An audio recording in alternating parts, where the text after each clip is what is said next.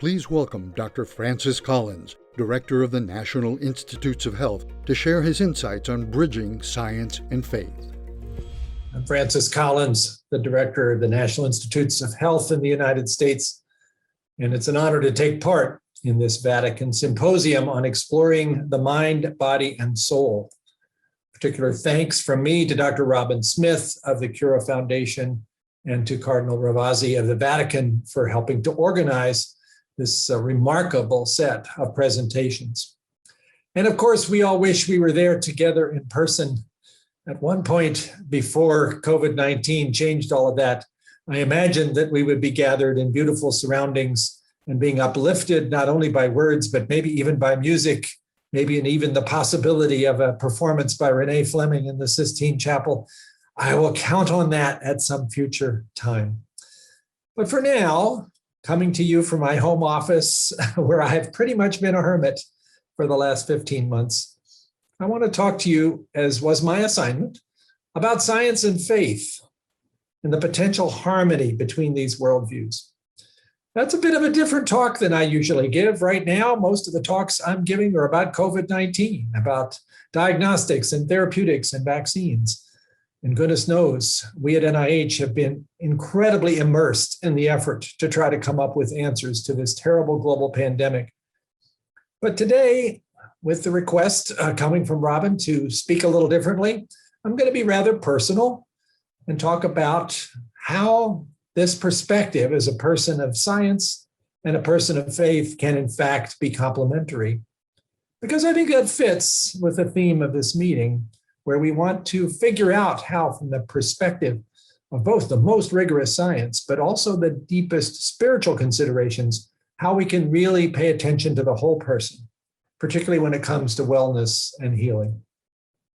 Now, I got to tell you, as an atheist first-year medical student back in about 1973, the idea of such a presentation would have seemed like total nonsense to me.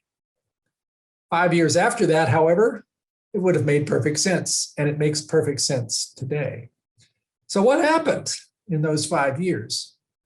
Well, what happened to me, and I'll be a little personal here, is the experience as a medical student of sitting at the bedside of people who were approaching the end of their lives and for whom our medical interventions were clearly not going to provide a rescue. And recognizing that my own sense of immortality was also a fragile thing, and I wasn't sure how I would address the deep questions that they were asking and seeking answers for, like, is there a God? And does God care about me? And what's this all about anyway? I was already a scientist at that point. I got my PhD in physical chemistry, and I was very much of a mindset that anything worth knowing is something that you can discern through the tools of science. But in that experience of sitting at the bedside of dying people, I realized there were questions that science was powerless to respond to. Questions like, why is there something instead of nothing? What's the nature of good and evil? What happens after you die?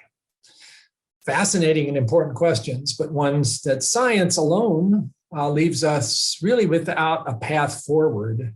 In that regard, to my dismay, I had to realize the scientific method is in a certain way impoverished if that's all you've got. Philosophers would say, although I didn't know the terms at the time, that my metaphysical naturalism was showing serious cracks. Scientists have to depend on studying nature using the tools of rationality and rigorous scientific approaches. You could call that methodological naturalism, and I use that in every day as I seek to try to understand how life works and how disease happens. But to say that's all there is, which is where I was as a first-year medical student, ultimately turned out to me to leave far too much territory unexplored that seemed profoundly important. I even began to recognize that there were pointers towards those kinds of profound questions coming from science that might have led one to imagine there is something beyond what we can measure that is worth thinking about and might even fit better with the notion of a creator. For instance, there is something instead of nothing. For instance, there was a beginning to the universe at the Big Bang. And how did that happen? Nature hasn't been observed to create itself out of nowhere. For instance, the fact that nature follows really elegant mathematical laws. Is there any reason why that should be? And even that those mathematical laws contain specific constants that just have the value they do. And if they were slightly off, this universe would have really no potential of anything interesting because you wouldn't be able to result in stars and galaxies and anything that could support any kind of life form that you could imagine. What's called the anthropic principle. Either that's a case where the dials were set, or you have to postulate an infinite set of other parallel universes that have different values of those constants, and we just happen to be in the one where it all worked. Well, which of those requires greater faith? I began to ask myself. And then going beyond that into the question of good and evil that had begun to trouble me as not having a good answer. Why is there such a concept? Evolution alone wouldn't necessarily lead you to the sense that we humans have had down through every culture, down through every millennia, that there is such a thing as good and evil. And we are called to do the good thing, even if it's sacrificial and it hurts our chances of reproduction. Where is that coming from? Have we been hoodwinked in some way to think that's real? Most people aren't ready to go there. I certainly was not. The moral law, as C.S. Lewis called it, and C.S. Lewis was a writer that I encountered as I began my own struggle to try to understand whether science and faith could coexist. C.S. Lewis, the Oxford scholar who traveled the same path from atheism to faith, became my guide and had seemed to anticipate a lot of my objections to anything that sounded a little outside of science, and was able to show me that most of those objections were, frankly, those of a schoolboy. They were not based upon deep introspection. Even the concept of beauty. I ask you all to think about that for a moment. Certainly the Vatican is a place where beauty is all around us. And yet, why does that matter? Or why are we so moved by something like a beautiful sunset? Or why is it that when I hear a certain piece of music, like the second movement of Beethoven's Third Symphony, I am moved to tears? What is that about? That doesn't seem to have any evolutionary value, and yet it is powerful. And as John Polkinghorne, the physicist turned Anglican priest, who we've recently lost in the last few months, wrote, this just doesn't make sense. You can't dismiss beauty as nothing more than epiphenomenal froth on the surface of an uncaring universe. It seems much more powerful than that. Where is that coming from? Another glimmer, another signpost. So over the course of a couple of years, somewhat kicking and screaming, I moved from my atheistic first-year medical student perspective to becoming a believer, first in the idea of God and ultimately in a specific sense of God by coming to know the person of Jesus Christ. And I became a Christian and have been so for the last more than 40 years. And many would have said, okay, that's going to be a problem. You're going to have to compartmentalize those two worldviews, or they will come into conflict and generate some sort of an explosion in your brain. At best, you might be able to manage the Stephen Jay Gould version of non-overlapping magisteria, but I didn't know how to make them non-overlapping when they were both powerful parts of how I began to see truth. And instead, I became enamored and am to this day of the concept espoused by Sir Francis Bacon, who wrote about the two books that we have been given. In his view, God gave us the book of God's words, that being the Bible in my Christian faith, which I study almost daily. But he also gave us the book of God's works, which is nature. And we also have the opportunity to study that, which I do. And if they're both God's books, it doesn't make sense that they would somehow be in conflict with each other. And if we've imagined that there's such a conflict, we ought to think really hard about whether our interpretation has been misleading. And we maybe ought to reconsider what that particular text in that book said. And that for me has been completely comfortable now. Yes, there are certain readings of certain parts of the biblical text like the first couple of books of the Bible, and particularly Genesis 1 and 2, that if read in a certain way, which Americans somehow in the last 150 years have particularly embraced, namely an ultra-literal interpretation of texts, which many scholars would say were never intended to be seen that way, might be very incompatible with our recognition that the universe is very old, 14 billion roughly years, and the Earth itself is 4.5 billion years old. You can't get to a 7-day literal creation from science, but there are lots of ways that you can put these kinds of things together that are utterly harmonious, including evolution. If God chose to use the process of evolution to create ultimately over long periods of time, big-brained creatures that would have a sense of self-knowledge, of consciousness, of recognition of good, of evil, and of a hunger to reach out and discover the creator, who are we to say that's not the way we would have done it? Well, maybe we wouldn't have, but it is elegant, it is beautiful, and it's created this marvelous complexity all around us. So I don't see conflict. If you're going to ask me a scientific question or suggest a scientific conclusion, I'm going to expect rigor in every way, in the way in which you approach it. But if it's something beyond that, where science basically doesn't have an opportunity to provide much of an answer, and faith does, then I'm going to be really glad to embrace that too. Because you see, science is really good at asking questions that start with the word how. How does this work? Faith is pretty good at answering questions, many of them, that start with the word why. Why am I here? Why is there something instead of nothing?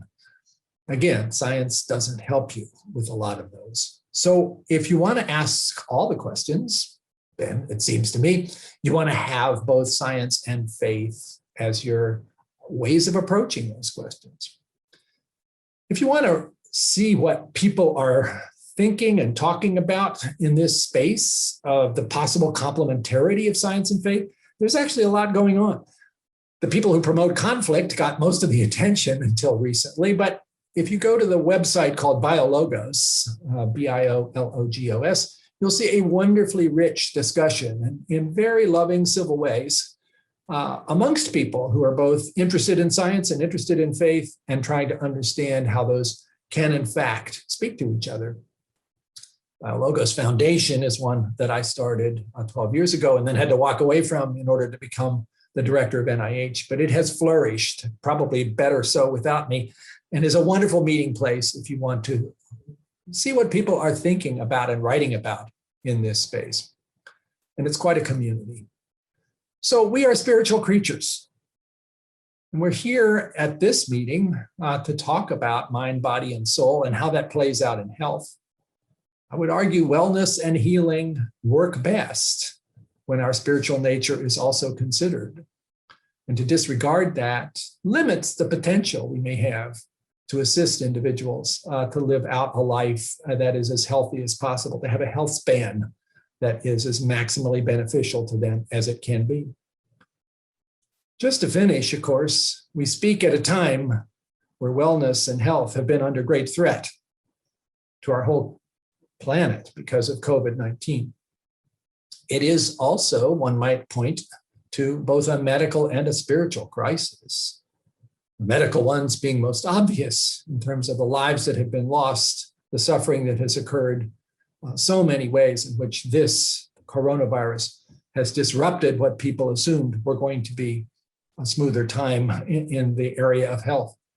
But it has also disrupted us spiritually. It has caused great amounts of struggle in terms of mental health, anxiety, depression, even a sense of PTSD from people who have gone through this over and over again.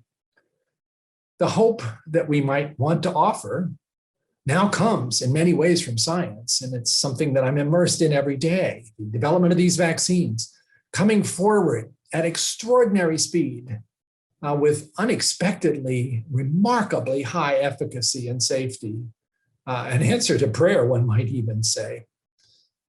But also the other struggles that people are having, which vaccines alone are not going to deal with. the sense of hopelessness that many have experienced, of fear. That is where I think faith is a much better solution, perhaps, than many have given it credit for. For me, I've had my own times over these 15 months of feeling frustrated, maybe even a little hopeless that this virus continued to win the battles that we were losing. And it could not help but ask God, why is this happening? And is there not something that you can do about it? But as I read through the pages of that book of God's words, of the Bible, I found myself settling into the Psalms a lot.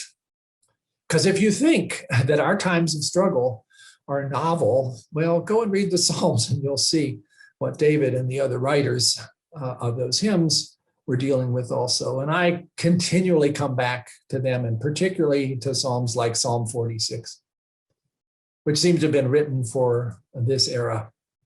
Psalm 46 begins, God is our refuge and strength, an ever-present help in trouble. Trouble. We've had trouble. We're still having trouble. But this is this promise that God is aware of that and with us and is a refuge and a strength. So I'm glad for the vaccines. I'm glad for the remarkable advances in diagnostic technologies to figure out where this virus is and who's been infected. And I'm glad for the therapeutic advances that are happening. But I'm also glad that I have this promise of a God who understands suffering, who died on a cross in a suffering experience that none of us can even imagine, and who is our refuge and strength and our ever-present help in trouble. And as we seek in the course of this conference to understand how we can best bring together all of the skills and tools that we have to help people who need that kind of help, let us keep in mind that science and faith can do that together better than they can separately. Thank you all very much for listening. My regrets that we can't have a lovely conversation after this about the thoughts that you may have, because I'm sure you have many. And I will look forward to the day when we may all do that together in a beautiful surrounding and see whether in the process we can learn from each other. Many thanks.